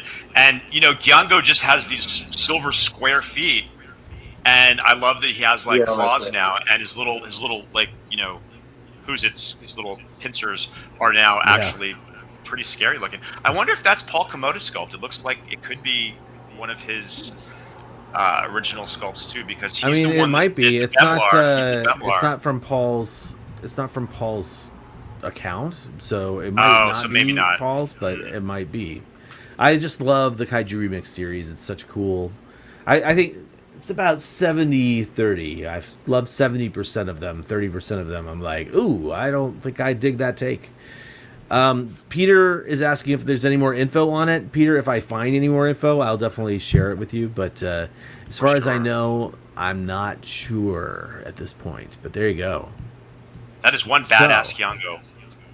It is a badass Gyango. And we should probably move along to our next segment, which is the Monster Showcase. We're not doing an intermission today, Nope. Today, guys. We're just getting these things done, getting everything ready, and so we have our Monster Showcase, which this month was for you guys to show off your G-Fest haul. G-Fest 2022 haul Amazing.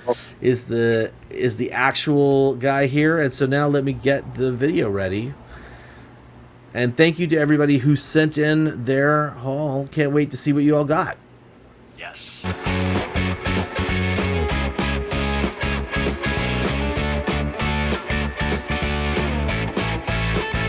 I love the Destroyer Crab figure. Probably my favorite Bandai figure of all time. There you go. Whoa. Oh yeah, Yeah. Danny got a ton of cool He got a stuff. nice- Real weird, nice selection. interesting stuff. John, you love it. Oh, wow. This is Eric. Ooh. Now look at all those Eric- Monster Maker Eric's 28s. Yeah. Greg, Nice, Greg. nice Cool choice. stuff. Whoa, Joe. that's Joe's insane. a big spender this year. Look at that stuff. He got the slot machine. Those autographed pictures are fantastic. Quinn, Talking nice, about- very good. Gotta love the Godzilla pendant. Love the band. Yeah. Those are really cute. Robert, Robert got a green Mons. Chloe green Mons. glowy, so glowy. Cool. Nice, Tanner. Nice. Tanner got a 54. Got a big Yeah, ass 54. nice. Excellent. Nice work. Great hauls. Perfect. Congratulations, everybody. Okay, so I want to take a second and mute this for a second here, but basically, just going right back here, we have a brand new thing that we're going to be doing with the Monster Showcase, sort of a sub-series, if you will, called Kaiju by Decade. David, would you like to introduce it? Sure, absolutely. So we have these meetings with Collect All Monsters where we sort of, hash out what the shows are going to be and what the next Monster Showcase is going to be. And originally, I'd come up with the idea of doing 54 Godzilla, then 55 Godzilla, then 62 Godzilla. You see where I'm going with this. But Kyle actually and some of the other members said that's going to go on forever. It's going to take too long. So what we're doing instead, which I think is a much better idea, we're going to do it by decade. So 1950s, of course, the 54 Godzilla, Rodan, Mysterians, Varan, and you can do anything. You can just do portraits, you can do battle scenes, you can do your collections, you can do all the 1950s monsters that you have in your collection. Really anything you can come up with, as long as it falls into the category of being a film made in 1950s, not 1954. See, I'm stuck on that year, 1954. Keep it monster related too, obviously. Yes, of course. Try to keep it monster. Well, not try. Keep it monster related. We don't need to see like the beast from 20,000 Fathoms. Although, well, I wasn't going to say it's adjacent. Count, right? Collectible. That's a collectible. That's a collectible. But yeah, 1950s, and then I bet you can't guess what October's going to be. You would be right, 1960s, and that's the one that people are going to go crazy because that's the golden era of Japanese science fiction tokusatsu films, and that's my sweet spot. So I'll be giving a lot of examples for that, I'm so sure. But yeah, I hope you guys are like loving this idea as much as we are, and we cannot wait to see what you guys bring to the table. Awesome. That's right.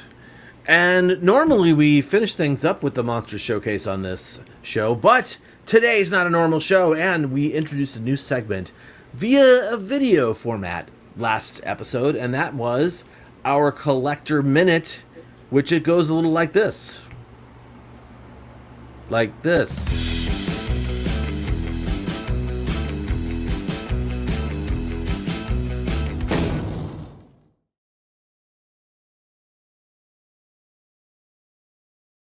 Away. Okay, cool. We're there. Hey, I made myself full screen for no reason. Welcome to our two moderators from the Collect All Monsters Monster Collector Facebook group. Down below here, right, this is Ryan Wilhelm. Wait, hang on. Thank you. And here, that is Jonathan Portman, who I don't have a crazy sound effect to play, so we'll just welcome them to the screen. There he is. Hello. Thank you guys for being here. How you doing? Thank you for having us. Fantastic. It's a pleasure to be here and with you guys and ready to blast off this brand new segment in person. It feels amazing. Hello, everybody. This is how it was meant to be. Yes. That's how it's meant to be. Indeed. All right. So, you guys ready to do this? I'm ready with your imagery. Yeah. So, for everybody who is joining us who might not know, the Collector's Minute is this new segment we're going to be doing. We're going to be highlighting some posts from in the group from certain individuals that we think are really cool, really interesting, and we're going to highlight those on the show at the end of of each new episode every month. They're just basically going to encompass that previous month of that show. So, this month is this episode's going to be July, so we're highlighting some July posts. So first, why don't we just start off with I think a really cool thing that that happened in our group. Charles Murdich, I believe, started it. I could be wrong, but regardless, it was a King Ghidorah post about what's like the quintessential King Ghidorah. And we got a bunch of people commenting, but then a few days later, we had a spontaneous day where everyone great. just started posting King Ghidorah pics and was like, King Ghidorah. And other people were like, I hear it's a King Ghidorah day. So I did my best to try to find all of the photos that had been posted for King Ghidorah that day. And basically that day alone, I didn't bleed in the next day. It's basically that day, and then I made the thing, and I would post it the next day, basically showcasing you, as you see here, all the really awesome creative photos and unique items people had that they wanted to show off. It's pretty incredible that we had that much like activity for just one thing, and that's kind of what I think makes this group really special and amazing and supportive. Everyone just gets involved, and it was, like I said, it was very spontaneous, very unexpected, but very amazing. So that was King Ghidorah, and then the very next day, a good friend and member Chris Calico Chris, he had posted, hey, everyone was giving King Ghidorah some love, so how about we give his counterpart Gigan some love? And I believe there's this post there. And so then immediately after that, throughout the rest of the day, people were just posting, Gigan pics, and here's my Gigan, and I hear it's a Gigan day. There's some really awesome, fun, cool stuff that our members really got involved in. I had a blast with it. I know everyone else had a blast with it. These are really cool things that I think we need to implement more. It gets the light bulb turning in my head. It gets the juices flowing. Like, we all want to make this group more interactive, and these are some of the ways that really make it interactive and fun for everybody. So there go the photos there. And then we had, this will probably be next month. If not, then I'm just gonna say it right now, but we had a really cool King Kong versus Godzilla day for the anniversary the other day. A lot of people posted some really awesome photos. Leslie, I really apologize to you, my man. I wish I would have gotten yours in there. I wish I would have gotten your photo in there. But no, I do not know. It's fine. It's fine.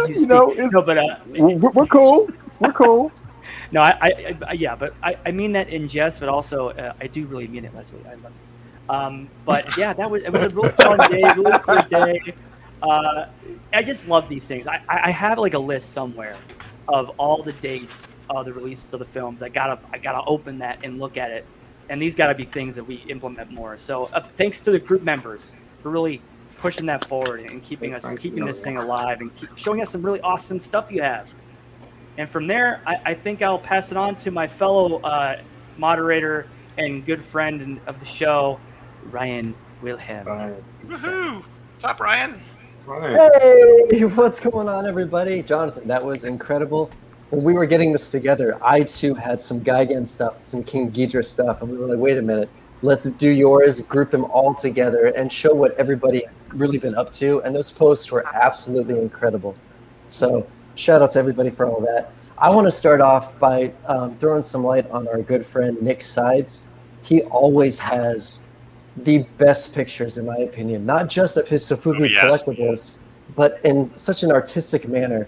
So here we have something that has personally eluded me, Max Toys Godzilla. Oh, man. This thing is amazing. And when Nick posted this, it was just like, dude, this has to go on the Collector's Minute right out of the gates. This is what I'm talking about. When I feel inspired by this group, it's from stuff like this. So shout out to Nick, 100%. Man. This is amazing. Fabulous. Then I want to move on to Cortland. I am a huge Shin Godzilla fan.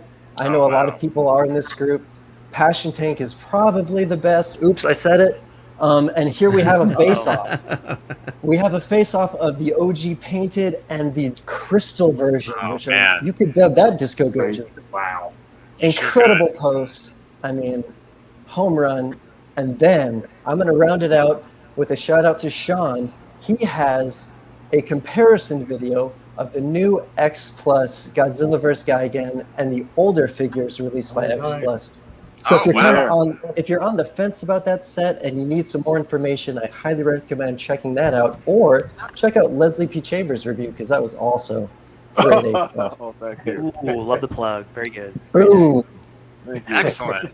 That's great. That's so great. Oh, and we have another little bit too, right, John? Yes. I'll say, okay, so also, this is something that David brought to my attention as an idea, and I think it's a great idea. We've been doing, ever since I believe it was maybe April, or it was around the springtime, we started gathering birthdays from our members, and I had made a post about it. It's still up there in the group. It's pinned. You can see it right there at the top. If you have not put in your birthday, just comment in that post, your birth date, and I'm going to add it to this Excel sheet that I have. And so I'm just going to read off some of the birthdays we had last month, starting with basically the ones that went from the last show on. So that was like around G-Fest. So we got Christine Chapin. Hey, Christine, happy birthday. Happy birthday. Wyatt Gordon. My dude. Larry L. Latham. What's up, Larry? Cool. Eric Stolp. Birthday. Eric. Wow. Awesome. John Morrill. Hey. Happy. Awesome. Jonathan Portman. Wait, Jonathan. Jonathan Portman. I literally, I did not mean to read that. I was just reading down this list, and I was like, okay. Never mind. Sure you did. Oh, yeah, my God. I know this one's going to mean a lot to David. Keith Daniels. Yeah. Keith. My very supportive husband. Yes. And that's it, basically. So if you're wondering, especially because I make these really interesting, I try to make these really fun like birthday posts with music and stuff and figures. Wonderful.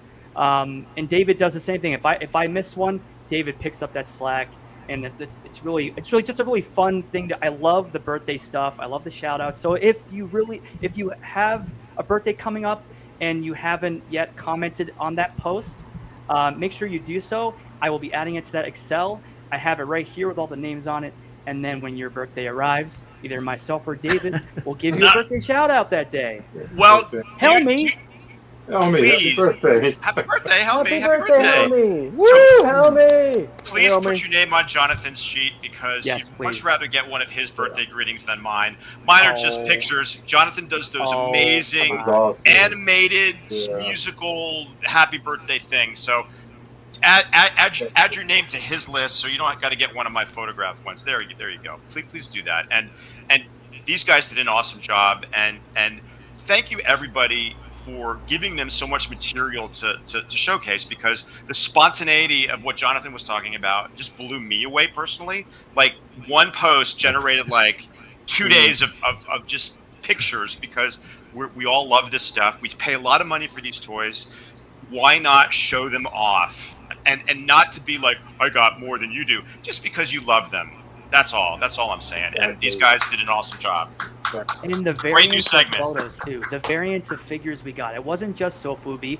We got Tim Chibi in there. Model We got kits, X Plus. it We was got everything, model yeah. kits. We got Everything, Bandai movie series. That's a lot of. We want to see variation. That's one thing we like in this whole thing. So please share whatever you can, like whatever you have. If you want to show off your VHS stuff, if you want to show LPs, if you want to show Laserdisc, multimedia, everything counts. So go for it. Have fun. If you think that something isn't Except working, 8-tracks. Those are except no Betamax. No, If you No, have I'm any kidding. Betamax, I don't know. We might have to skip those. man. However, Godzilla on 8-track, does that even Anytime. exist? I don't think so. I've never seen it. John would probably know the answer to that one. I've never seen one, but I want one. Yeah, I bet you do. uh-oh. Now that's a new thing. There we go. Yep. I might have to. Oh boy. A new search. New search for John. Retro tapes. Oh boy. Yeah. By the way, Helmy said that it's not his birthday. He was just was in reference to Jonathan. Thank you, man. Elmi. Thank you. Well, hey, Jonathan, Ryan, thank you guys so much for being here, and thank you for helping with the Collector Minute. I think it's an Thank awesome you. segment. I can't wait to see love just it. how that evolves Great. as we continue the show. And this is, again, as Jonathan sort of alluded to, this is just an excuse to get everybody involved. If you're a collector, please join our group. We aren't weird, like trying to get your information. We just want to hang out with other collectors, and that's what the Collect All Monsters, Monster Collectors Facebook group is all about. So yeah, head over to our Facebook group and join.